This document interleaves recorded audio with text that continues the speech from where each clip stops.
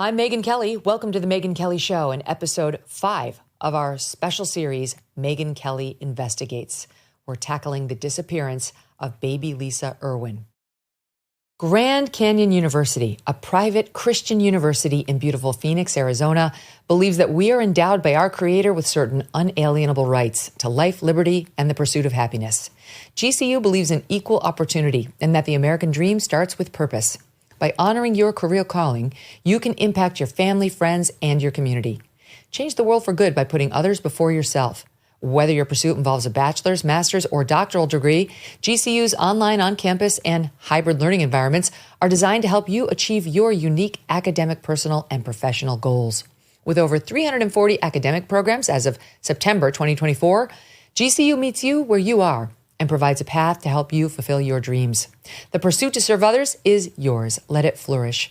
Find your purpose at Grand Canyon University. Private, Christian, affordable. Visit gcu.edu.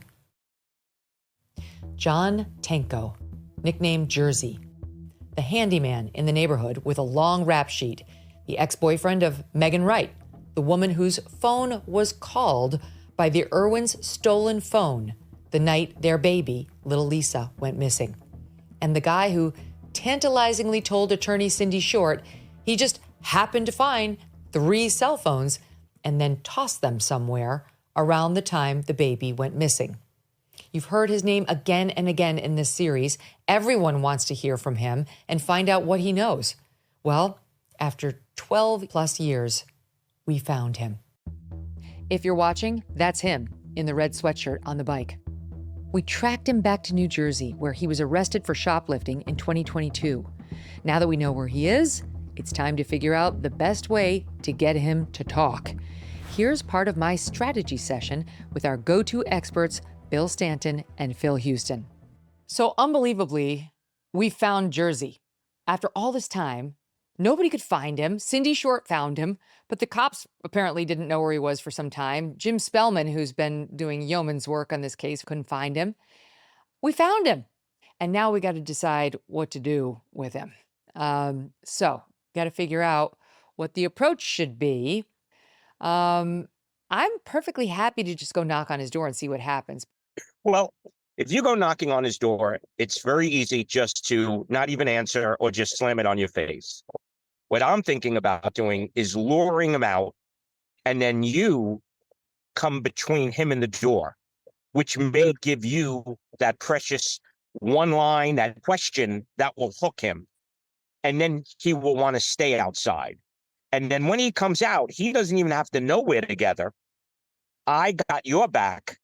And then you confront him. I just want to say the way I would normally do this is I would ring the doorbell, and I would say, "Are you John? Hi, I'm Megyn Kelly, and I'm trying to investigate what happened to this poor missing baby. You know, a lot of allegations have been made about you. Will you talk to me? I'd love to give you the chance to answer some of the things that have been said about you." It's all in the approach. You see, the way I'm proposing it, you get 2 bites of the apple. Megyn, if we want the outcome that we can actually get him to open up even a little bit, you and Bill need to stay together. And with you ringing the doorbell, Bill standing slightly behind you.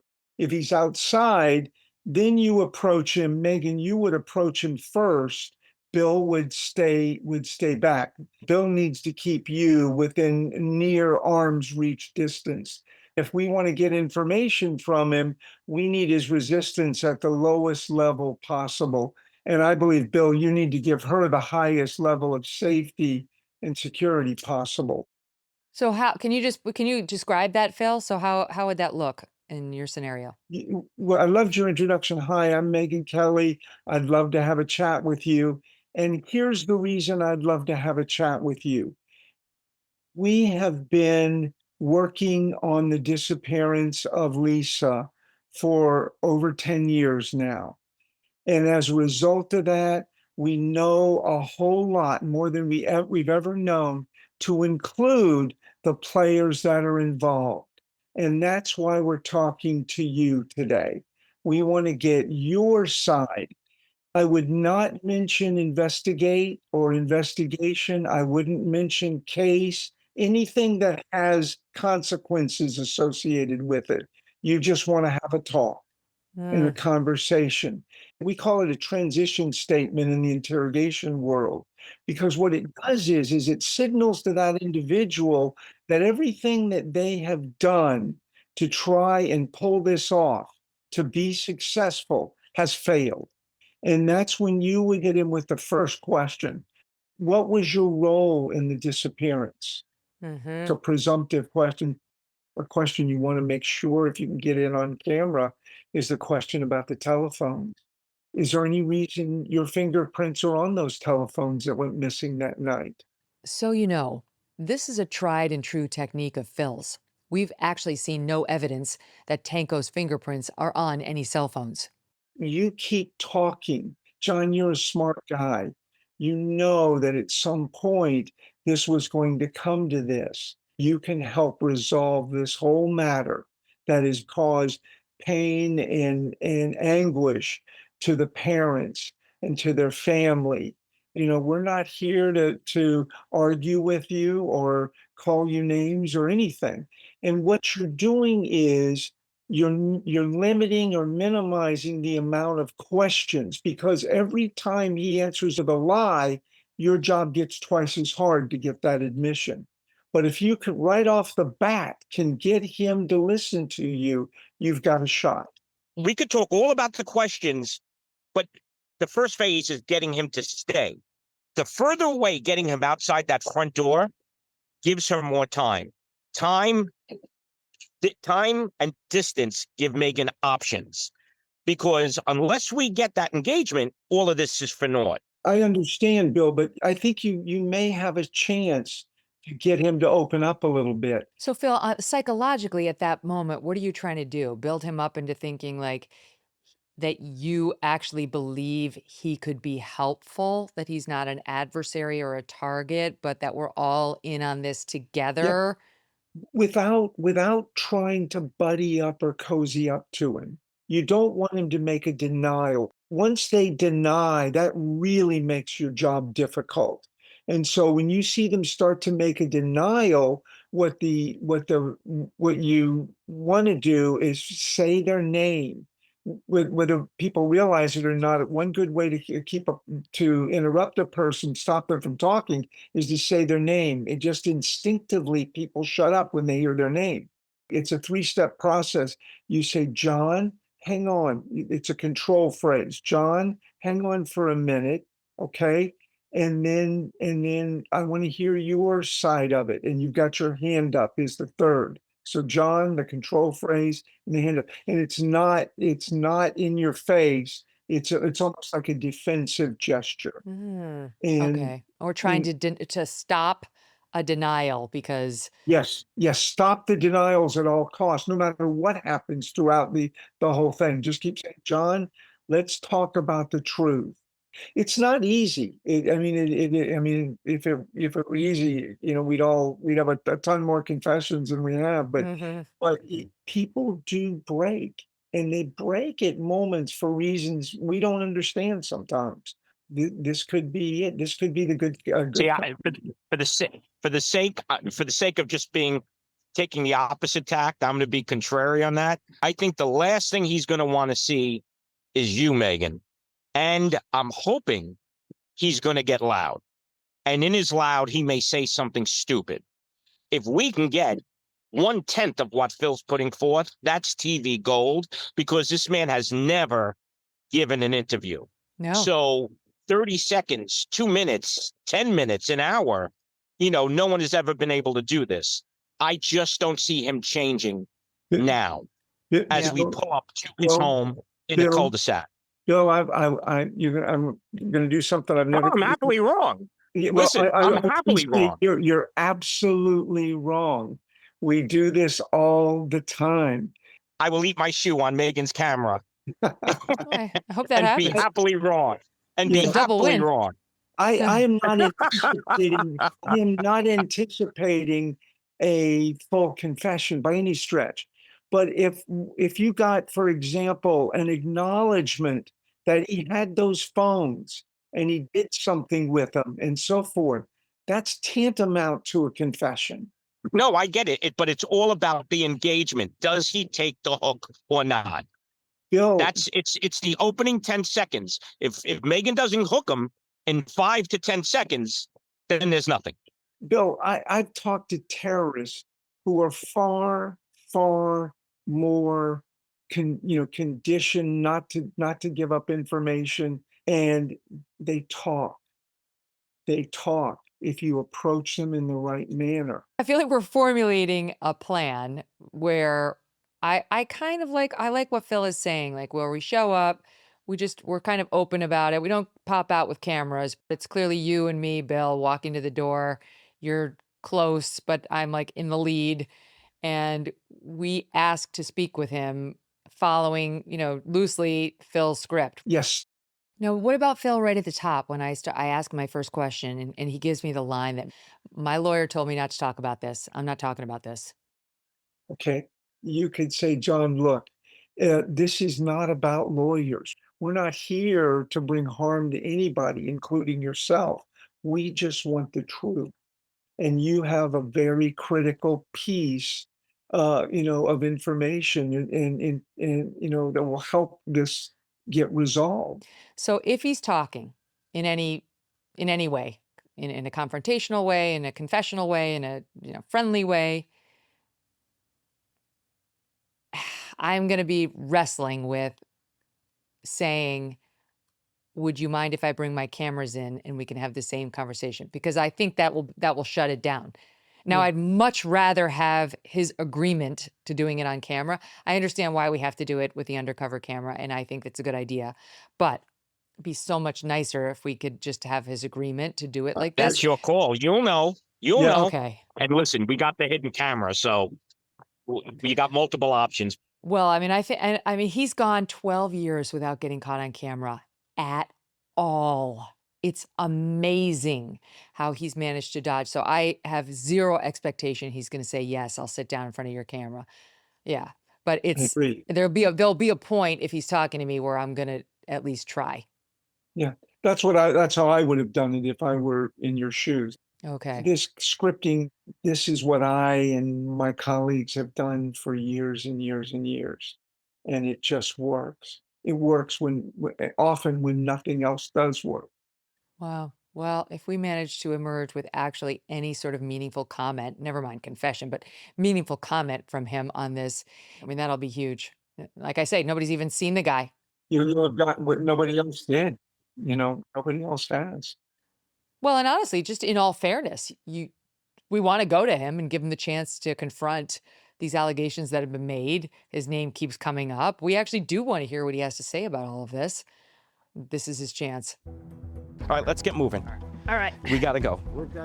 And so on March 7th, 2024, I got rigged up with hidden cameras. I wore a shirt with a camera in one of the buttons and another hidden camera in a glasses case sticking out of my shirt pocket. New Jersey is a one-party consent state, so we can record our conversation without obtaining Tanko's permission in case he declines a traditional on-camera interview. The crew stayed in a van nearby, and Bill Stanton and I walked down his street. This is his house right here. The garage is open. He's in the backyard, so face me. Don't turn around. Face me. He's just spotted us. Okay. His chicken's back there. Like He's doing his chores. So. He's not coming out. No, he's not coming out. So, if we want, I'll just fucking call him over. Yeah, I mean, I think that's probably right, because he's seen us. Right. And he's not coming out. I'm just gonna ask him if I can buy those chickens. You'd be amazed. Look, you want me to do that? No. No, because we don't want to use subterfuge, right? Like, I don't want to put him on the defensive right away for Phil. I think we want to say, I think I want to go over there and say, hey. Let's go to the fence and let's do it. Okay. We're committed. Okay. You want us to do initial talk or you want me to? I do. I will. All right.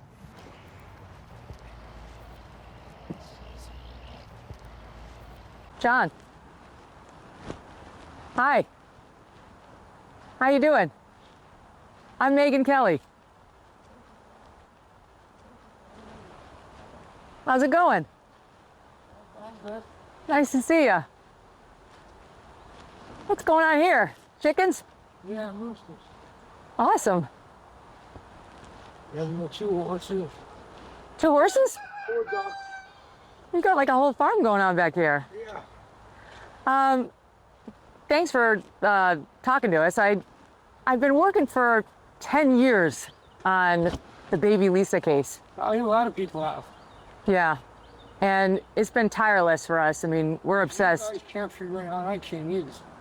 I know. You know, we know a lot now. We have come to an understanding of some basics, what happened and who was involved. And we are really hoping that you can help us, that you can help us fill out some of the story. We think it's really important to get your input. And I was wondering if you would talk to me. I'd rather not, because my lawyer told me not to talk to anybody. But it could be a death penalty case, and I don't want to have to sit in prison for 5 years. You know, to go to trial. You know, the thing is, it's like Deborah and Jeremy have been, you know, tortured. Imagine. And so all we're trying to do is like sketch out the story and wondering if you can tell us what your involvement was in the disappearance of baby Lisa. I don't have any involvement. That's what I'm saying. None whatsoever. Yeah, I mean, the FBI vacuumed the house. They find DNA. You have a million skin cells. You go like that, they're going to bag it up and they're going to DNA it to me. You know, and I'd be charged. There's no doubt about it. So, What do you mean? their story is, well, Deborah's story is that some just random person came to the house and kidnapped her baby. Right? Yeah. So now the FBI's involved. They vacuum bagged the whole house. And if my DNA was in there, like from dead skin cells, I'd be charged. It wasn't in the house. Did the cops talk to you? Yeah, they told me this. Did they ever take DNA? Yeah, They did. yeah, Oh, what did they, like a saliva? They did. yeah. Did they tell you that you were They cleared? said I didn't have to, but I did it anyway. Okay. And did they tell you you were cleared and you were good to go? No, they didn't say that. It's still say it's an open case. Okay. Well, what we're trying to do is help them because the way I see it is we're trying to provide them with closure. You can help us do that and with some comfort, you know, and just figuring out what the story is. This is big shot over here, ain't it? No, he's not a lawyer. He's my friend. This is Bill. Okay. Yeah, no. In another life, he's a lawyer. See, they do these stories, and people just trash my name. They totally trash my name. Yeah. You know what I mean? I was involved with a lot of illegal activity back then. Sure. I mean, a lot of people get mixed up in drugs, and Right. I understand that. What do you think should happen to the guy? Huh? What do you think should happen to the person if they had this? I don't know what happened. So, I mean, if it's a kidnapping or, God forbid, a homicide, motherfucker, stick an email in his room. Do you think that the person who took the baby did it spur of the moment or that it was planned? I have no clue. No clue. You worked in the neighborhood that night, right? Like Not that night, but yeah, I was working in the neighborhood. in general. So why would somebody have said they saw you outside of the Irwin's house that night? People lie a lot. And you didn't know the Irwins at all, Deborah and Jeremy? I think I'm not positive, but I think I met Deborah at a bar one time, a local bar. Okay. It used to be called Bama's. And I know you know Megyn, right? Yeah, We've talked to her. yeah. And think you guys used to date, but did she have any involvement in this whole thing? I would doubt it. Like again, I don't know. But if the police are being honest about her getting a phone call from one of the Irwin's phones, then somebody she's connected. That just kind of makes sense. Now, did you have those phones? Because we understand that you told a lawyer, Cindy Short, that you found those phones. I'm seeing her whatever she wanted to hear. I didn't tell her I found those phones. I said I found phones that night, but I didn't find them. No? Nothing? Oh. Why? It's because she's asked me a million questions, and I didn't want to just make her happy, whatever. What do you think happened to those phones? You think the same person who has the baby has the phones? I don't even know if the phones are missing. I don't know if that's factory fixed. I have no clue.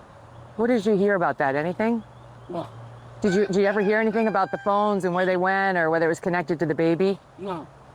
Nothing? No. Why do you think, because you knew the neighborhood a little bit, but certainly better than we do, why would somebody take a baby? You know what? The FBI asked me the same question. And I'm like, the only thing I can come up with is to sell it to maybe somebody that can't have kids. You know, I mean, it sounds crazy, but I think out of all of this, that's the best case scenario that could have happened. That kid is whatever now, 13, going to school, you know, has a rich family, you know, something like that. I mean, that's the best case scenario. Yeah. Well, what do you think? I mean, I know that there were a lot of people in the area who were on drugs, meth, and so on, and we heard a little bit of that from Megyn. Is there any chance somebody got messed up on drugs and did something to the baby? Again, people, I don't know. People, I don't see it happening. But anything's possible. What do you think happened? You know what? I was thinking the parents have something to do with it because they hired all these lawyers, high-priced death penalty lawyers, and what was the other thing?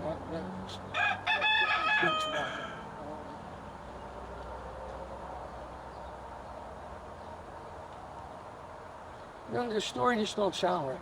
She got drunk and fell asleep, woke up, and the baby's gone. Does that sound right? Well, why would anybody say that they saw you outside of the Irwin's house that night? I don't know. I don't know, but I wasn't. You've never been in that house? Never. Never once? Never once. So, if your fingerprints are on those phones, what does that tell us? What's it tell you? Yeah. Like, why would your fingerprints be on those phones? I don't know why. I don't know. I'm just trying to figure it out. Okay. Well, you're telling me this is fact that my fingerprints are on the phone. But I don't believe it. Because I don't believe I ever possessed a phone. Okay.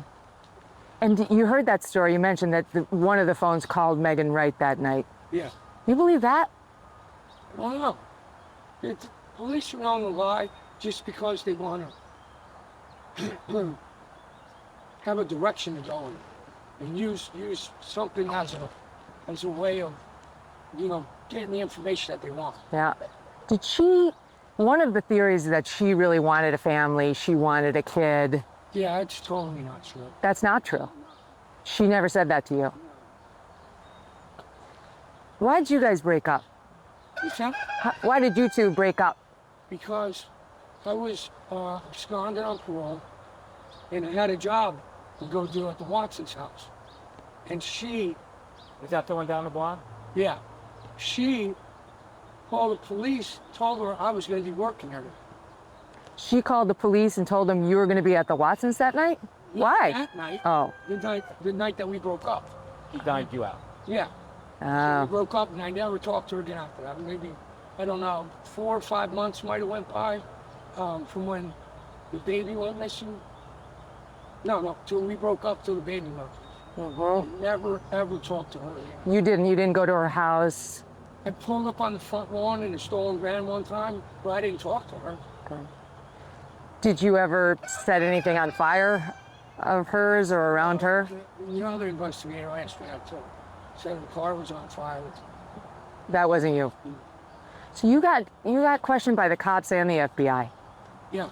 Separate? Yeah. Two separate? Yeah. And they took your DNA? Yeah. And then how did it resolve? What did they say to you when it was all over? They didn't. Was it just 2 sit-downs, one with the cop, one with the FBI? No, it was FBI in a homicide interrogation room. And detectives came to see me, actually to visit me in jail. Was that scary? Yeah, it was very scary. Oh my God, are you kidding me? You're thinking they're looking at you for possible kidnapping? I'm thinking that they're exploring all the avenues. And was it just that one time? Yeah. For a few hours or how long? FBI was a little over an hour, Okay. maybe so. Okay. And it's not too long, maybe an hour. Was it right after the baby went missing? No, because I was still on the run. Okay. So I have a couple other questions. I'm sorry to take up so much of your time, but do you know who Dane Greathouse is? Me? Yeah. I believe I met him a couple of times. Maybe we got high together. I don't know. I already made up a rap. Some lyrics in it that say, "I'll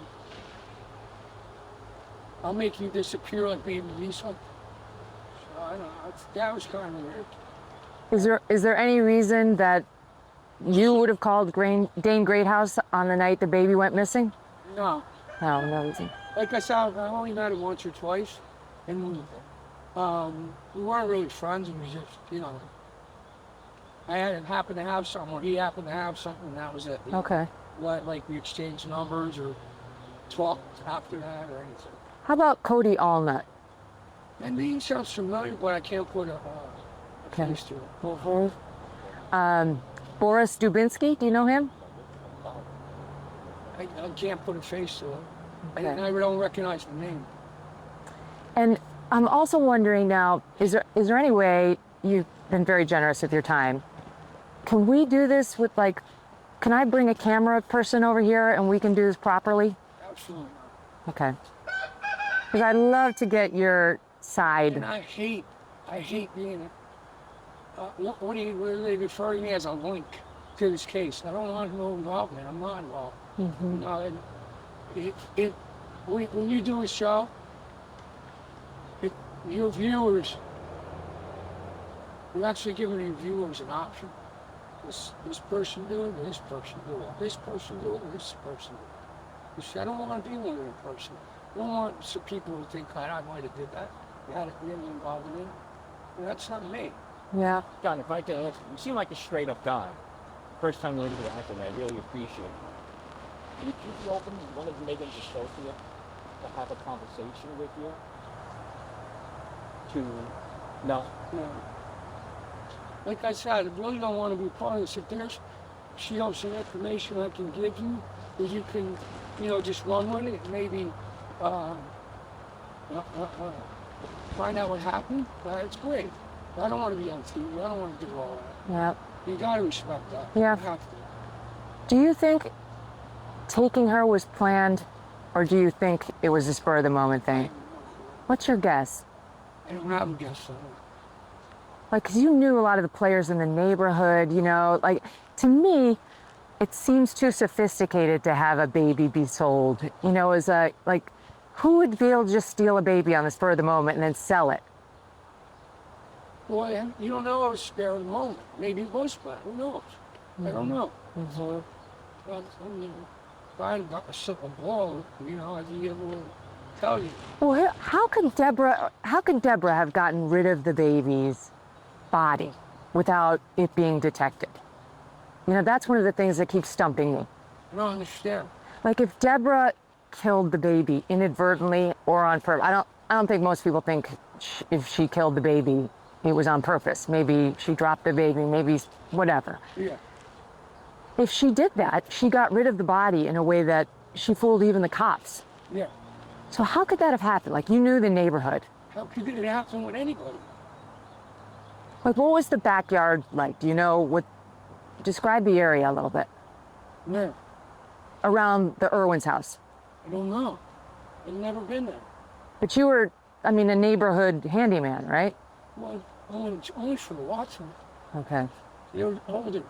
His hands wouldn't work anymore because he had arthritis. So if he needed me to do something, he gave me a call. That night, did you work at the Watsons the night the baby went missing? No. You didn't turn on the sprinkler or off the sprinkler?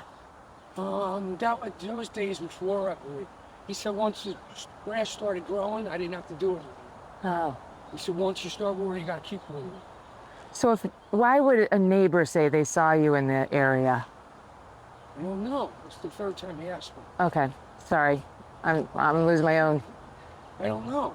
People lie. I don't know. Yeah. Right now I'm in the area. Now at first he said it was on Irwin's house. He said, Well, I'm asking you beyond because there's the one set of neighbors that say they saw somebody who matches your description. They didn't say you, with a baby that night, like around midnight. Do you remember that? I heard that there was a witness that seen somebody carrying a baby. But I didn't get all that about who fits my description type. Okay. See, this is,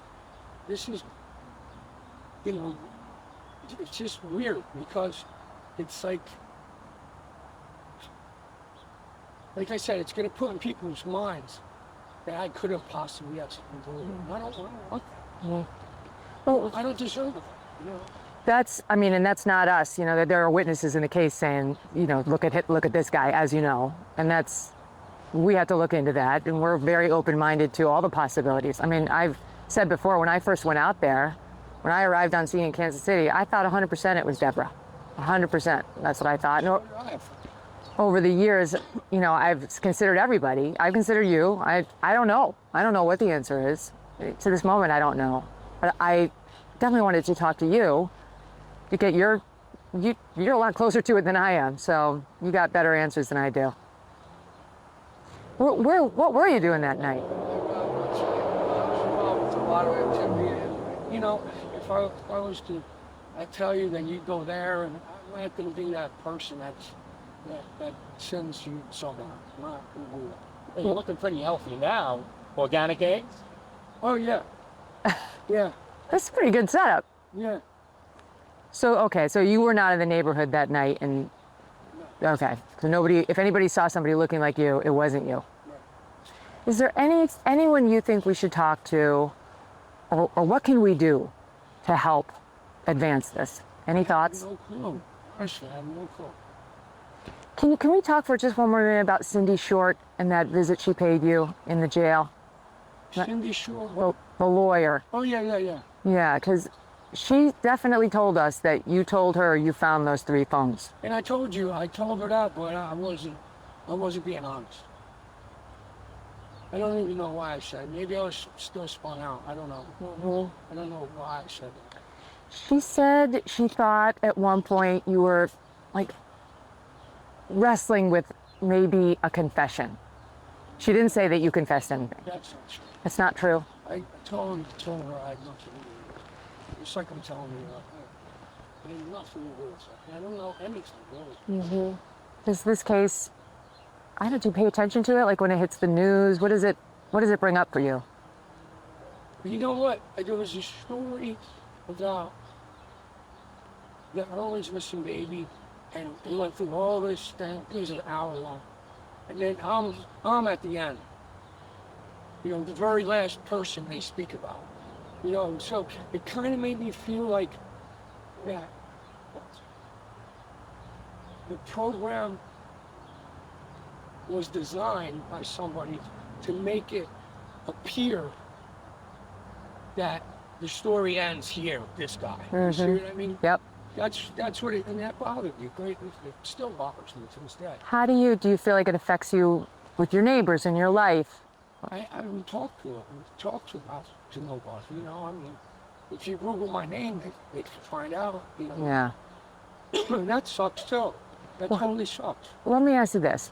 How do you want, like, what do you want my viewers, my audience to know about you and this case and the things that are being said about you? Yeah, I don't have any involvement in it whatsoever. Zero. Never touched that baby. Never saw that baby. Never saw it. Okay. Well, thank you for talking to us. I appreciate it. If you could tell I'm being honest with you, I really am, because honesty is the best policy. You know? Look, I know you don't talk a lot, so I appreciate you letting me come on here and ask these questions. This whole shit fucks my head up. Yeah, I'm sure. fucks my head up. I'm sure. Not that I'm feeling guilty about anything, but just the fact that I feel I'm being put involved in something that I'm not involved in. Okay. All the best to you. Thank you. Stay well. I hope you guys don't kick too much shit on me. Well, we're going to tell a story, and I'm going to tell them what you told me. They'll hear from you. Okay? Thank you. All right. You have a good day.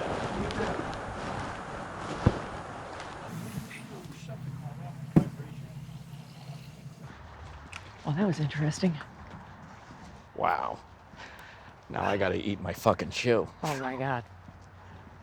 Start with the tongue, Bill Stanton. That's what I recommend. Start there. Oh, he's got it. Delicious. Okay. It's so good to have you guys here in this setting. I've been looking forward to this from the moment we walked off property there, Bill. And just so the audience knows, I have not spoken with Phil or Bill at all about this since the day of. I haven't spoken to Phil at all, so I have no idea what he thought of the whole exchange. And yet we spent so much time preparing for it. So this is exciting. Bill, we walked out of there, we got into the van and really could not believe it. Like, I think you and I were both like, oh my God, oh my God, oh my God, you know?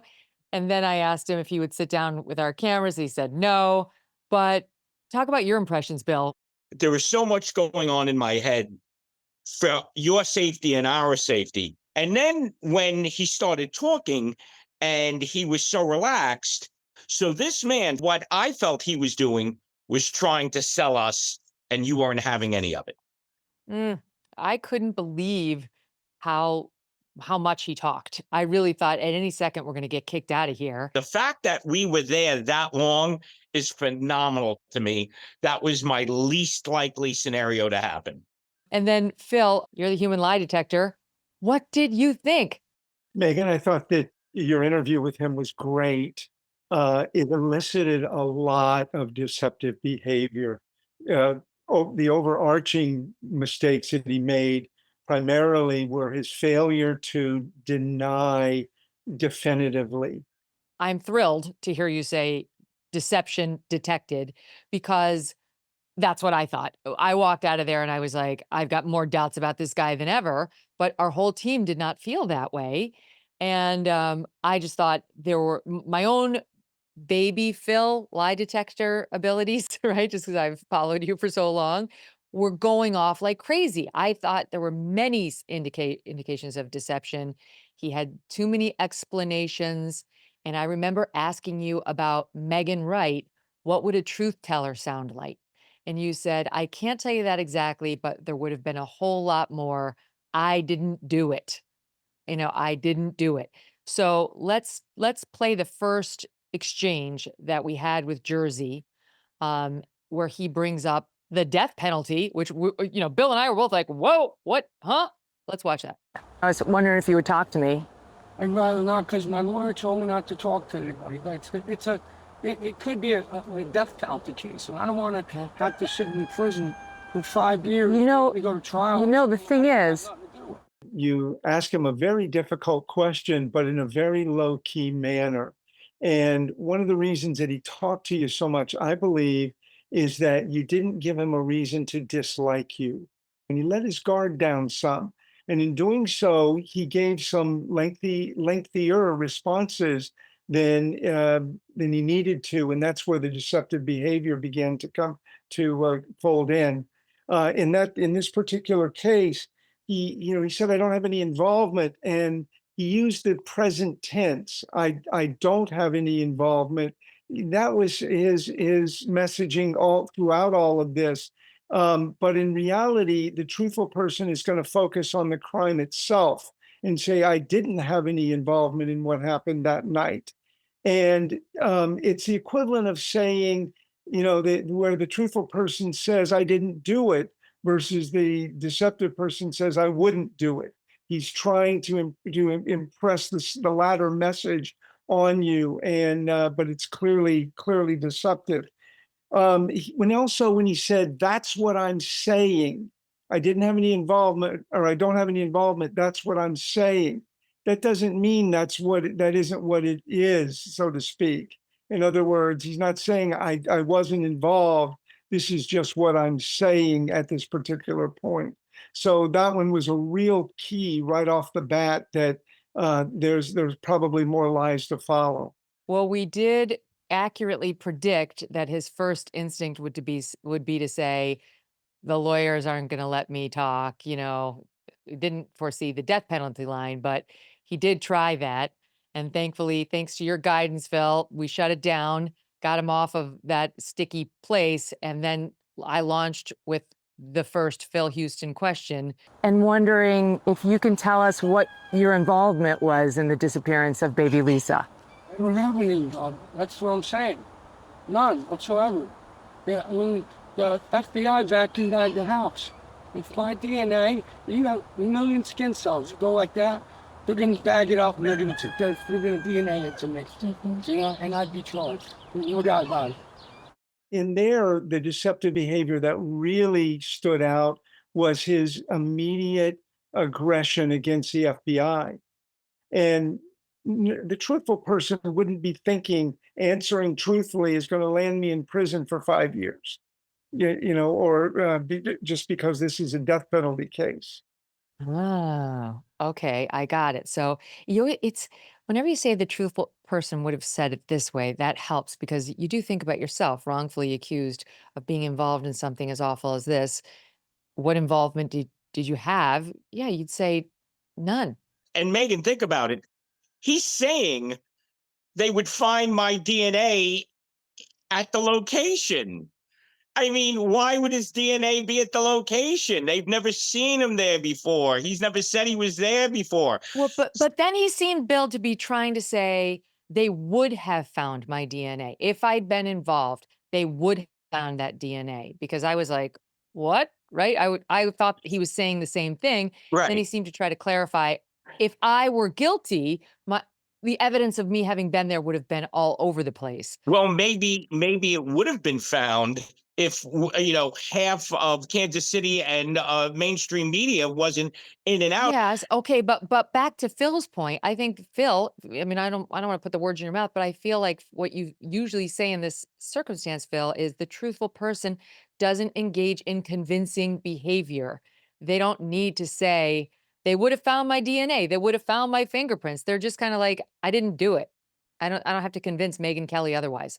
Yeah, he's using the convincing statements, and then you look at how he's standing on the ladder. He's trying to look very nonchalant up there, but in fact, he's very threatened by you and very intimidated internally by the questions you're asking, Megyn. But he doesn't really. You didn't give him an opening to criticize or accuse you or attack you, and that made it very, very difficult for him.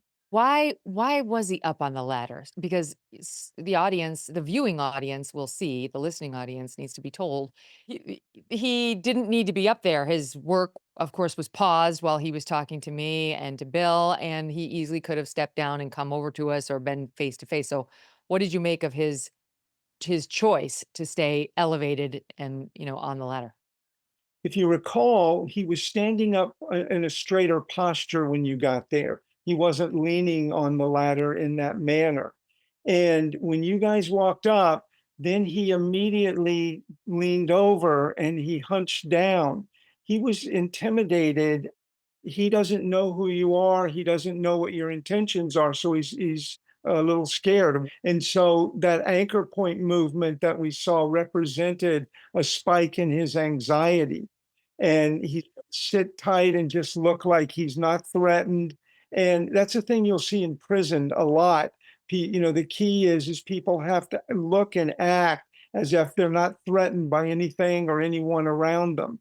And given his prison time, he's pretty good at that. The ladder is not only elevating him, but it's a barrier between him and me. There is that sort of defensive thing of it's in front of me. I've got my arms around it. I'm safer behind this ladder.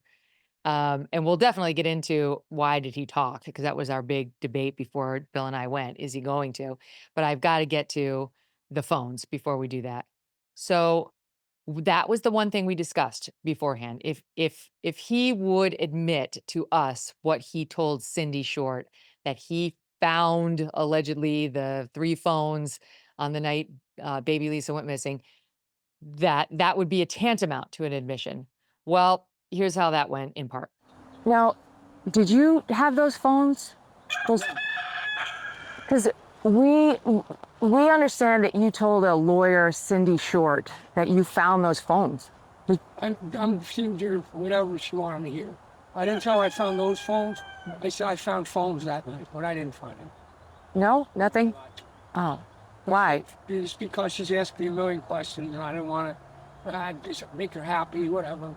So the listening audience knows one of the things he did there, Phil, which you've called attention to in the past, it can be part of a cluster of deception, is hands above the midline. He started to move his hands up like, oh, she did this. And you've told me in the past, and I know from your book, Spy the Lie, which everyone should read, when you're lying, the nervous energy has to shoot out of you somehow, whether it's your leg crossed and foot clicking, or you start to rock, but hands above the midline, touching your nose, touching your head, moving around, can be part of a deception cluster. So what did you make of the phone's answer? Exactly where you were going, Megyn. Again, it represents a very significant spike in his anxiety level here.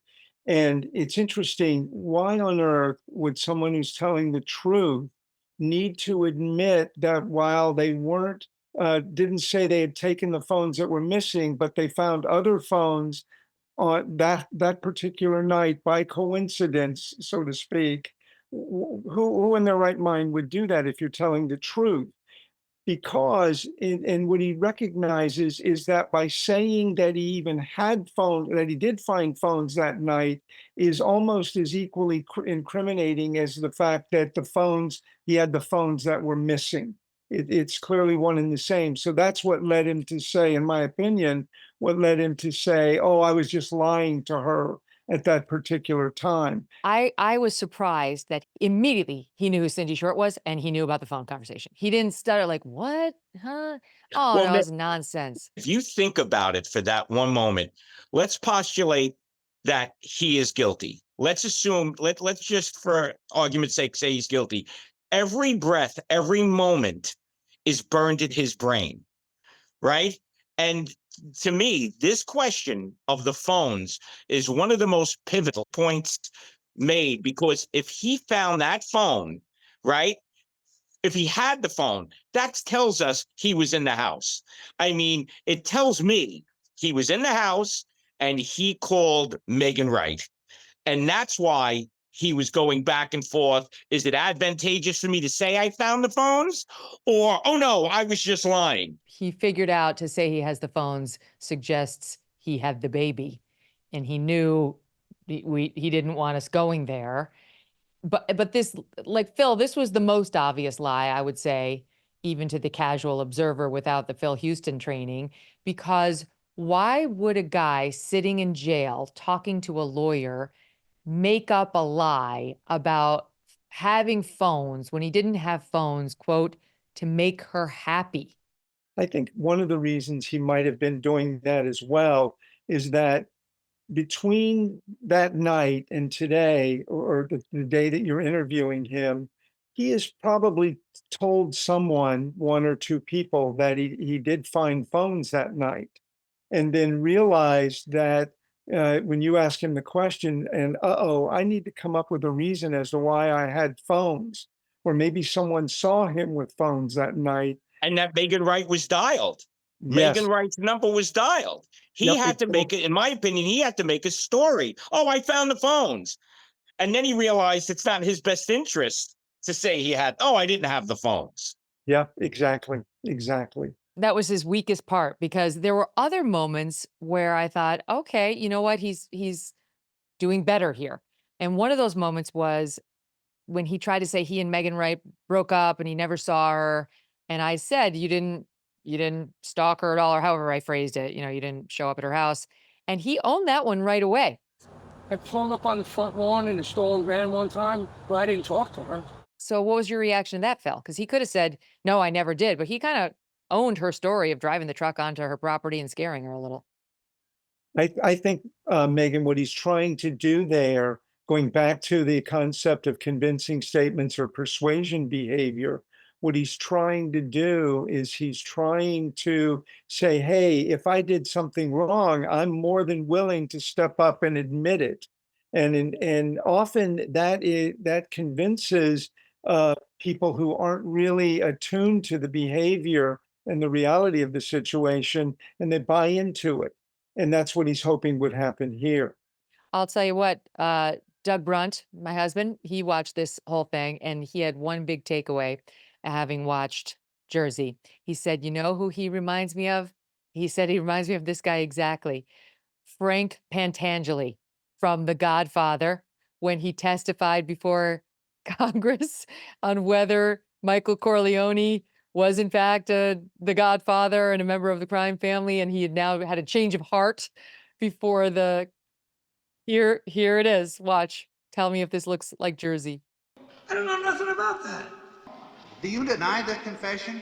And do you realize what will happen as a result of your denial? Look, the FBI guys, they promised me a deal. So I made up a lot of stuff about Michael Corleone, because that's what they wanted. But it was all lies.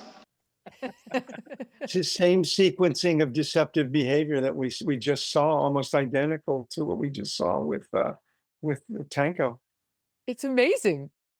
Okay, so what's your takeaway now, having watched it, Phil? Like when it wrapped up, having watched the 25 minutes, what did you walk away saying? There are signs of deception, and There's little doubt in my mind, in my opinion, that he is directly involved, if not unilaterally, the person that took the baby. that's strong.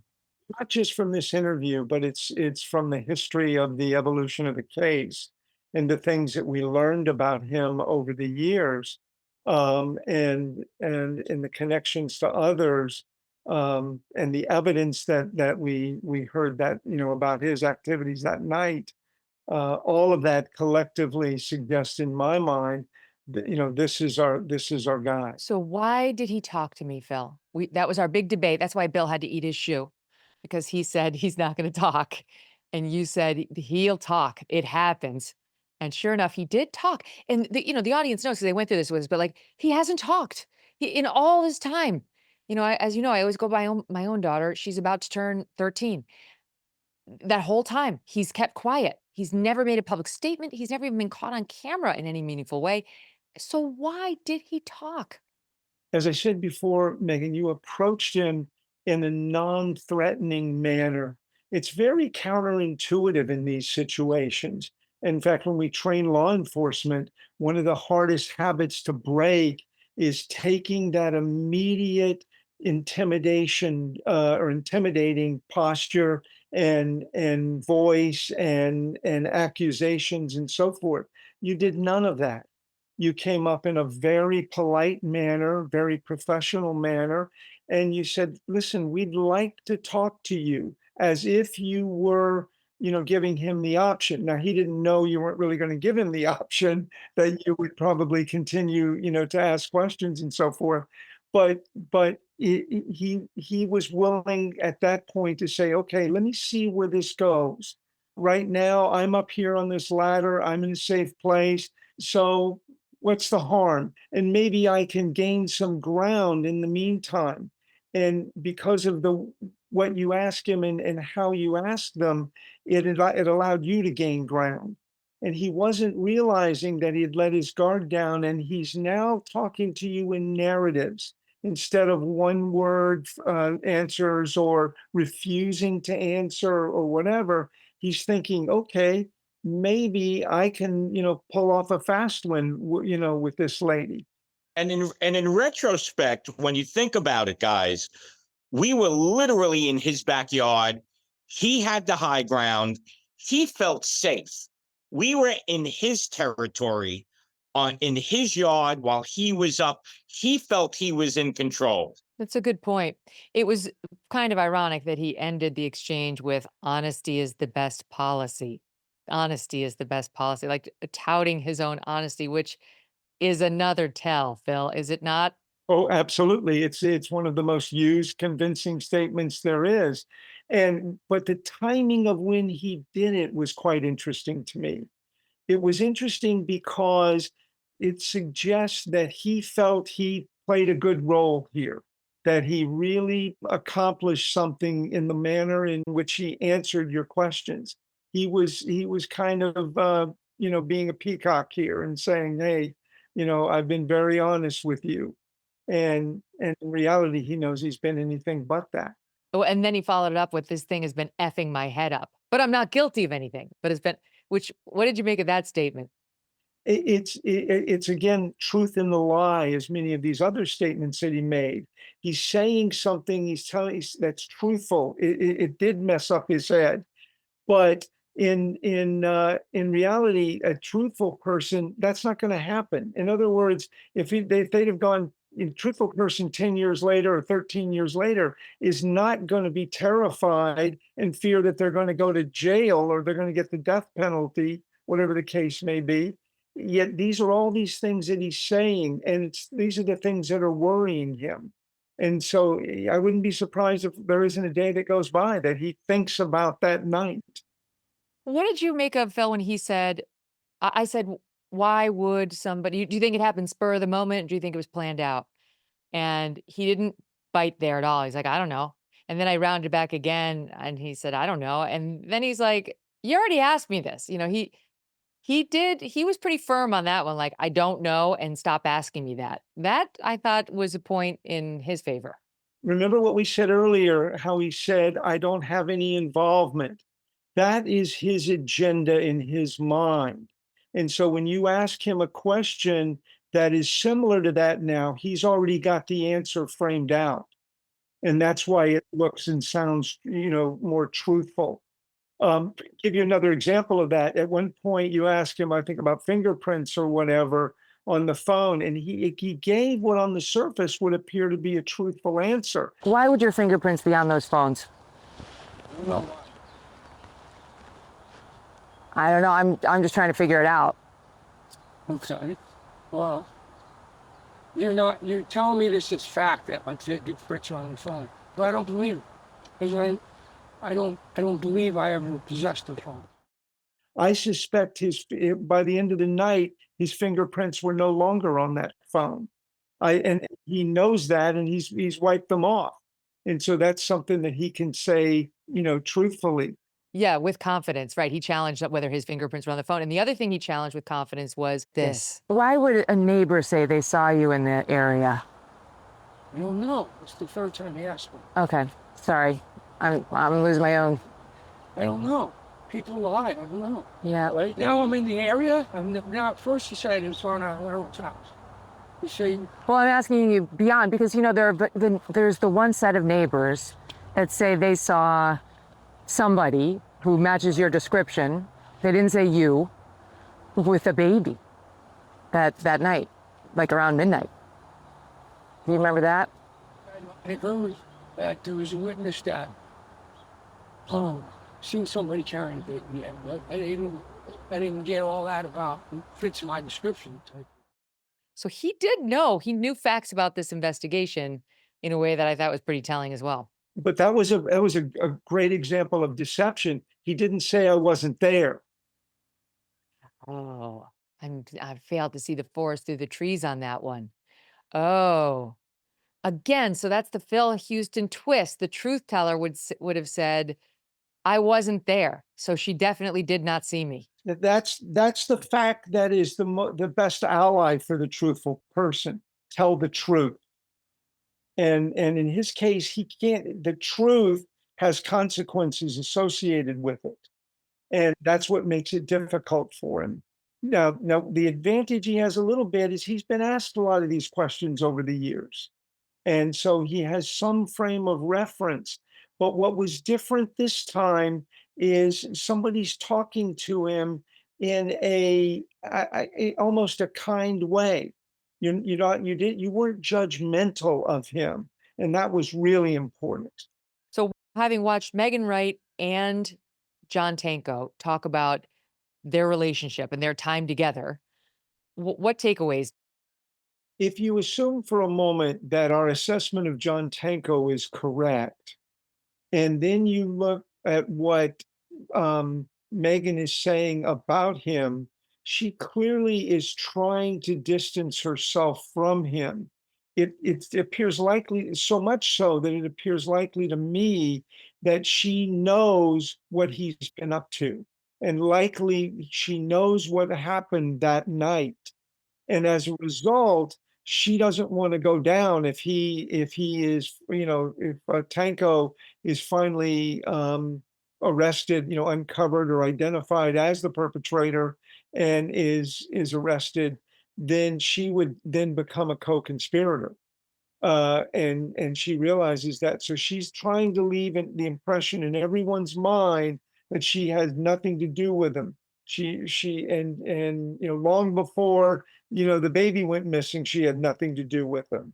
And she's trying to create that image. That was by design. Well, when you ask Tanko any questions about Megyn Wright, he becomes very protective of her. He immediately says, no, she's not involved, and exonerates her. And I believe he's doing that because he knows that she knows, and knows what she knows. And as a result, he has no choice but to defend her. That's very interesting. She wasn't sounding that way about him, however. Like, I don't know what he's capable of, was more her line. Yeah. He has no choice but to defend her. She has other options. She isn't the person that actually did it. You're so interesting, Phil. This is fascinating talking to you. Okay, now we're going to bring in Jim Spellman. Very excited to have Jim Spellman with us, a reporter of CNN at the time this story broke, now independent. And Jim, you've been watching this whole thing. You've been watching the series. You've been working with us on this. What did you make of this exchange with John Tanko? Well, first off, I want to echo the kudos to you, Bill, and your crew for getting this and going in there. That was not easy, and it definitely took guts and courage to do it. Well done. This struck me as somebody, remember, he didn't know you were recording him, who's scared that the next visitor is going to have a badge on them right after them. And he was working whatever he could to try to find out what you might know and then to feed back something that's going to make him look good. I mentioned this earlier in a previous interview, Megyn, but I'm in recovery. I've used crystal meth, smoked crack cocaine, et cetera. 23 years I've been clean last year. And I work on a near daily basis with addicts in recovery. And there's a kind of person who does nothing but lie. Even when there's no reason to lie, they lie. You ask them what color a blue car is, they'll say red. And this strikes me like that kind of person who just immediately is on the hustle, immediately is trying to weave something that's going to help him come out better at the end of the day. And, with the phone question, this really has made me focus on the investigation back in Kansas City and by the FBI, and why at this point they have not told us why they moved on from John Tanko, why they have not revealed all of the details about the phone. And I think when this show comes out, it will be negligent if the chief of police there, Stacey Graves, doesn't immediately appoint a new detective that was not involved to make this a high-profile cold case, release whatever information they can that doesn't jeopardize an investigation, and bring this into the public eye again. And I would include mend fences with the family. I don't know who was responsible for that division, but it wasn't Lisa, and she deserves better than that. And this investigation should be immediately reopened in a vigorous way. Well said. I couldn't agree with what you just said more. And that's really our goal, is to have somebody just take a fresh look at the case, fresh eyes, new eyes, take a look at the case. He told us for the first time there that he had not been cleared by law enforcement. That was an interesting admission. I think he didn't know that I believed he had been cleared. Otherwise, maybe he would have just gone with that. But it's because I asked it in an open-ended way, like, were you cleared? And he said, no one ever told me that. I thought that was very interesting. And the police in Kansas City and the FBI on occasion told me they used the language they had moved on from John Tanko. Never, of course, being absolute about it. But I think it's clear they have, because look where he is, And I mean, none of these people have faced any kind of serious, investigation that they know after those initial weeks and months. Lives have just gone on. People's lives have gone on while the family and Lisa's are in suspended animation, you know? Why else, Jim, would there be a 10-year gap between the last time the Kansas City police called Jeremy or Deborah and today? It's inexcusable. No matter what they did or what the police did, somebody's got to get over this, right? And I think as part of reopening the case, the Kansas City police need to deal with the media, take their lumps, and get this case, you know, back out there. No one's going to come off looking great if they reopen this in a sort of more high-profile way. But what other way is there to jog memories, to convince the community there in Kansas City that their children are being cared for, that they matter, than to start getting some of this stuff out there? One of the things I was really surprised to hear Deborah say was that they had taken hair from them to test for drugs. So if that's true and it was negative, then why would the police not release that at this point? Why not put out whatever can be put out there that can close down avenues that people are discussing and maybe just somehow jog some other memory of somebody, you know, that may know somebody who knows somebody. Maybe it's not Tanko, but someone who is tangential to Tanko. Maybe not somebody who was in the house, but someone that was near and around the house that day. Somebody knows something. There has to be a nexus to this house to know there's a baby there, to know that Jeremy's working that night. Something has to happen to change this. It's just unacceptable that it's up to people like you and people like Bill to be on this guy's lawn and not a much larger investigation. And you know what's really chilling is here we are all these years later. They've never found remains of any kind.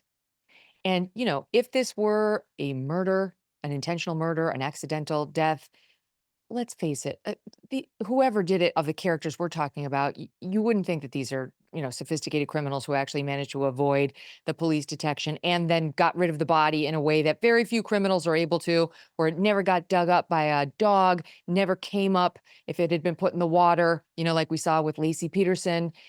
Like, this is the one criminal who managed in just that short window of time to conduct the perfect crime. No DNA, no fingerprints, no proof of any kind, dispose of the body in the way that it never came back. So there is a real possibility, if you look at that she wasn't killed. We haven't really talked about it that much, but that she really wasn't killed and that she was either sold or given to somebody or showed up on the doorstep of a firehouse in some other town. That would make some more sense given the absence of a body. And remember the investigation in those early days and weeks, the amount of searches of woods in that area, when the address came up, the area, the intersection that Cindy Short says he reported that the phone got, I immediately put that into Google and looked at images. One of the very first live shots I did when the first weekend of this case was a big search right there that included the National Guard and the FBI of that area, and all of those similar areas that kind of are around this neighborhood that have open woods or something were heavily searched in that kind of search that would find any type of remains or something. So I think that it's extremely unlikely that, you know, out in public, you know, woods or anything, that, you know, there were any remains to be found within a mile or two radius of the house. You're amazing. Thank you so much for the great work you've done on this. You've been a highlight of every episode. It's been a pleasure. And Jim, thank you. And, you know, sharing that, you know, once an addict, you're shown that it can be overcome and it is debilitating and you overcame it. And you just add that much more character to everything you do. Thank you. Thanks, Bill. Yes, indeed, Jim. Thanks a ton. It's a pleasure to meet you. And that's the conclusion for now of our Megyn Kelly Investigates series, but it's not the end. So we would love to hear from you. And from your questions and feedback, we will put together an episode 6. Remember, we did this with the Idaho murders, and it worked out really well. And then we will bring you that episode in a couple of weeks. What do you think happened? What's your theory? What do you find persuasive? Who did you believe? Who did you not? And do you have any actual leads, especially if you live in the Kansas City area, or even if you don't? You might know one of the players. You might know something you want to share with us. Please send your thoughts to me. It's Megyn, Megyn, at megynkelly.com. We will be reviewing all of your emails, just as we always do. And I thank you sincerely for joining us along this journey. We'll see you soon. If you're watching right now, please take a look at this picture of Lisa as she might look now. If you're listening, you can see the photo on YouTube or just go to megynkelly.com. If you see her or think you might have any information that can help find her, please write to me. The address is Megyn, M-E-G-Y-N, at megynkelly.com. You can also pass along tips on the Baby Lisa story to the Kansas City Police Department or encourage them to get active on this case. That would be very helpful. Reach out at kccrimestoppers.com, kccrimestoppers.com, or call them at 816-474-TIPS, T-I-P-S. That's 816-474-8477. I don't need to tell you how unpredictable the world is right now. One crisis can send people into a panic and suddenly stores are wiped clean. Be prepared before you need to be. And right now, My Patriot Supply is making it easier than ever. When you order their 4-week emergency food supply, you will get 4 free 72-hour kits. That's almost 2 extra hours of meals at no cost just for securing your food supply today. That's 2,000 plus calories per day, packed into easy-to-prepare meals with up to 25 years of shelf life, plus 12 bonus days of food security. No refrigeration, no stress, just knowing you're covered. Don't wait until the next emergency. Go to preparewithmegan.com today and claim your 4 free 72-hour kits with your 4-week food supply. Because when you need it, you won't have time to shop. That's preparewithmegan.com. One more time, preparewithmegan.com. Here's one way to clean up your medicine cabinet this season and replace toxin-filled conventional products with more natural options. Propolis Immune Support Throat Spray and Propolis Plus Vitamin C Liposomal can be must-haves in the medicine cabinet as seasonal germs start to hit. Did you know germs can enter through your nasal passages just as easily as through your mouth? Propolis Nasal Spray is a great non-toxic swap for other over-the-counter drug-filled medications. This one's non-habit forming, it's natural, and it has antimicrobial benefits. Beekeepers Naturals makes clean, non-toxic products that actually work. They never use harmful ingredients like red dye number 3 or other synthetic dyes or artificial flavors. Their products are third-party tested for all pesticides, and they're dedicated to sustainable beekeeping and helping to save the bees. Beekeepers Naturals is offering you an exclusive offer. Go to beekeepersnaturals.com/Megyn or enter the code Megyn to get 20% off your order. That's beekeepersnaturals.com/Megyn, or just enter the code Megyn when you check out. Beekeepers Naturals products are also available at Target, Whole Foods, Walmart, CVS, and Walgreens.